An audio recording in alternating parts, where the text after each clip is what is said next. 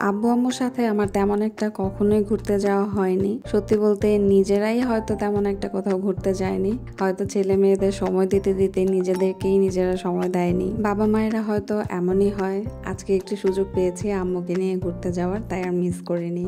বাসায় খুব এক্সস্টেড লাগছিল, তাই ভাবলাম এক বেলার ছুটি নিয়ে নেই। তো সকাল সকাল চলে গেলাম ছোট আপুর বাসায়। আর ছোট আপুর বাসায় যাওয়া মানে আমি একেবারে স্বাধীন, আমার কোনো কাজকর্ম করতে হয় না, মানহাকে খাওয়াতে হয় না। মানহাকে খাওয়ানো থেকে শুরু করে একদম সবকিছু টেক কেয়ার করা সব আমার আপুরা অ্যান্ড আমার ভাগ্নে তৌসি মিলে করে। আমি আর বড় আপু তো সকালবেলায় ছোট আপুর বাসায় চলে গিয়েছিলাম, দুপুরবেলা আম্মুও আসলো। তারপর সবাই মিলে একসাথে দুপুরে খাওয়া দাওয়া করলাম। তারপরে একটু রেস্ট নিয়ে বিকালবেলা রেডি হয়ে গেলাম একটু বাইরে যাওয়ার জন্য, যেহেতু আম্মুকে পেয়েছি। আব্বু আম্মুকে কখনোই দেখিনি যে নিজে থেকে কোথাও ঘুরতে গিয়েছে বা কোনো রেস্টুরেন্টে খেতে গিয়েছে, তাই কাইন্ড অফ জোর করে আম্মুকে আজকে ধরে বেঁধে নিয়ে এসেছি। বলেছি যে এই তো কাছেই ফুচকা খেতে যাব। তো আমাদের এলাকায় এনায়েতের ফুচকাটা অনেক বেশি পপুলার, আর ফুচকাটা খেতেও অনেক মজা। বাবা মা তো আমাদের জন্য কত কিছু করে, কিন্তু আমরা তো কিছুই করার সুযোগ পাই না। স্পেশালি আমরা মেয়েরা বাবা মায়ের জন্য তো কিছুই করতে পারি না। মেয়েদের অর্ধেক জীবন কাটে পড়ালেখা চাকরি বাকরি করে বাবার বাড়িতে, আরেক অর্ধেক জীবন কাটে হচ্ছে শ্বশুর বাড়িতে। ছোটবেলা থেকে অনেক কিছু মিস করেছি। আব্বু আম্মুর সাথে কোনোদিন শপিংয়েও যেতে পারিনি, এটা নিয়ে আমার খুব মন খারাপ হতো, প্লাস আফসোস হতো যে কেন যেতে পারলাম না। পরে আসলে বুঝতে পারলাম যে আসলে বাবা মায়েরা এমনই হয়, আর তারা নিজের জন্য কিছু করে না, শুধু সন্তানদের ভবিষ্যতে চিন্তা করে। আমাদের এই এলাকাটাতে এত এত এত খাবারের দোকান যে এই এলাকাতে গেলে শুধু খাওয়া দাওয়া ছাড়া আর কোনো কথা নাই। আর বাচ্চারা তো গিয়ে মাথা পাগল বানায় ফেলছে, এটা খাবো ওটা খাবো, এই খাবো ওই খাবো। তো আমার আসলে দেখে ভালো লাগছিল, অনেক অনেক খাবারের দোকান। আর এই যে ডোমিনোস, পিৎজা বার্গ, কুডোস, আরও অনেক অনেক বড় বড় রেস্টুরেন্ট এখানে এসেছে।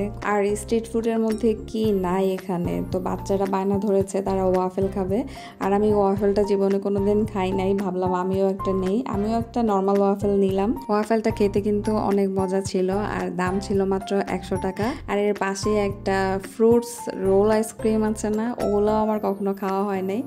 তো বাচ্চারা বায়না ধরেছে যে ওগুলা খাবে।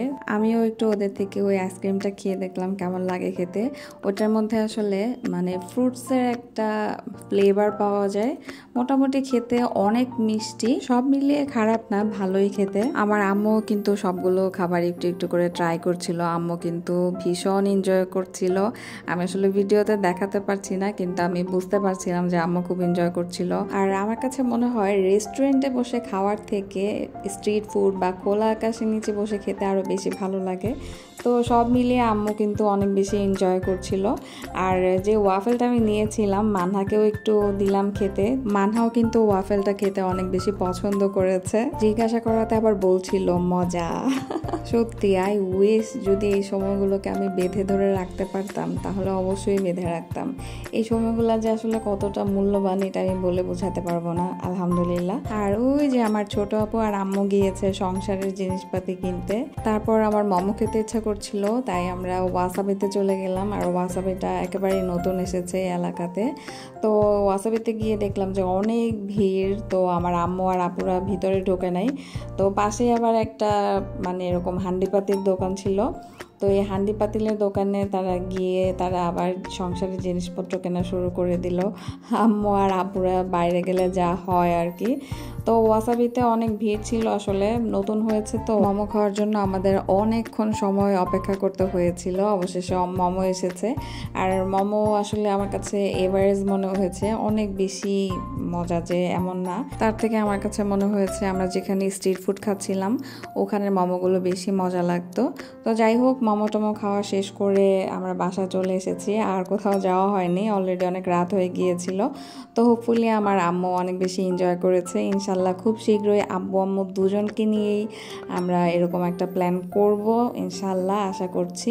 আর আজকের ভিডিওটা এখানেই শেষ করছি। কমেন্ট করে জানাবেন কেমন লাগলো।